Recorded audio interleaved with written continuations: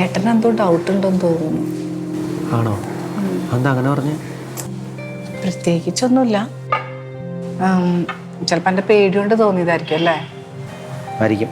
നീ എന്നാലും ഒന്ന് ശ്രദ്ധിച്ചോട്ടോ. രതീഷേട്ടൻ അടുത്ത മാസം ലീവിന് വരും. പുള്ളി വന്ന് പ്രശ്നങ്ങളൊക്കെ അറിഞ്ഞു കഴിഞ്ഞാൽ ആകെ ആലോചിക്കാൻ വയ്യ. അതിന് മുമ്പ് നീ എന്നെ കൊണ്ടുപോയില്ലേ ഹരി? നിന്നെ കൊണ്ടുപോകാതെ പിന്നെ വേറെ ആരെ കൊണ്ടുപോകാനാ മോളെ? നമുക്ക് ഒരുമിച്ച് മാറാൻ വേണ്ടി നല്ലൊരു വീട് നോക്കണ്ടേ, വാടക കൊടുക്കണ്ടേ? അതിനുവേണ്ടി ഞാൻ പൈസ ചോദിച്ചത്.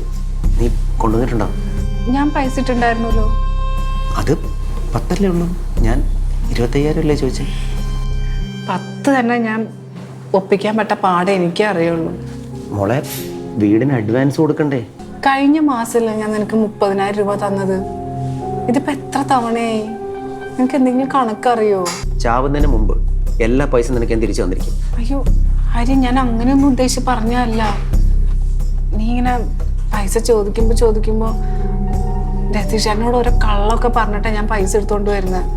ഇപ്പൊ ദേ പുള്ളി അറിയാതെ ഞാൻ കുറെ കാശെടുത്തു. ആള് വന്ന് അക്കൗണ്ട് ഒക്കെ ചെക്ക് ചെയ്യുമ്പോൾ ഷോർട്ടേജ് കാണും. അപ്പൊ ഞാൻ എന്ത് പറയുന്നു എനിക്ക് ഒരു പിടുത്തവും ഇല്ല ഹരി. അതൊക്കെ അറിയുന്നതിന് മുമ്പ് എന്നോട് നിന്ന് വിളിച്ചോണ്ട് പോകുന്ന ഞാൻ നിന്റെ അടുത്ത് പറയുന്നത്. അതാ ഞാൻ ഇങ്ങനെ തിരക്ക് കൂട്ടുന്നത്. ഹരി, എനിക്ക് നീ മാത്രല്ലേ ഉള്ളൂ. എനിക്ക് നീ മാത്രമേ ഉള്ളൂ ദിവ്യ. ഇപ്പൊ പറ്റുമെങ്കിൽ ഇപ്പൊ നിന്നെ കൊണ്ട് പോകണമെന്നുണ്ട് എനിക്ക്. പക്ഷെ നമുക്ക് ജീവിക്കാൻ ക്യാഷ് വേണ്ടേ? എൻ്റെ കയ്യിൽ കുറച്ച് സ്വർണ്ണം ഇരിക്കുന്നുണ്ട് ഹരി. ഞാൻ അതെടുക്കാം. അപ്പൊ കുറച്ചു നാൾ നമുക്ക് പിടിച്ചു നിൽക്കാൻ പറ്റുമല്ലോ. അതിന്റെ ഉള്ളിൽ പിന്നെ നീ ജോലി കണ്ടുപിടിച്ച് ശരിയാക്കിയാ പോരെ? സ്വർണം എത്ര പവനുണ്ട്? ഒരു 30 പവൻ കാണും. കല്യാണത്തിന് തന്നതാണ് അച്ഛൻ. ഇപ്പൊ ലോക്കറിൽ വെച്ചിരിക്കാ. ഞാനത് തിരിച്ചെടുക്കാം. എന്നാ ദിവ്യ അത് എടുത്തിട്ട് വാ, നമുക്ക് പോവാം. പിന്നെ നീ ഇറങ്ങുമ്പോൾ വേറെ സ്വർണ്ണം ഉണ്ടെങ്കിൽ അതും എടുത്തോ. പറ്റാവുന്ന കാശ് എല്ലാം എടുത്തോ. നമുക്ക് നന്നായിട്ട് ജീവിക്കണ്ടേ?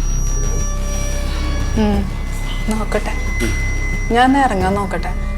ഇനി ലേറ്റ് ആയി കഴിഞ്ഞാൽ അമ്മ ഓരോന്ന് കുത്തി കുത്തി ചോദിച്ചോണ്ടിരിക്കും. അമ്മ ഒന്നും പറയില്ല. നീ അധികം കൂട്ടുകാരുടെ വീട്ടിലെന്ന് പറ.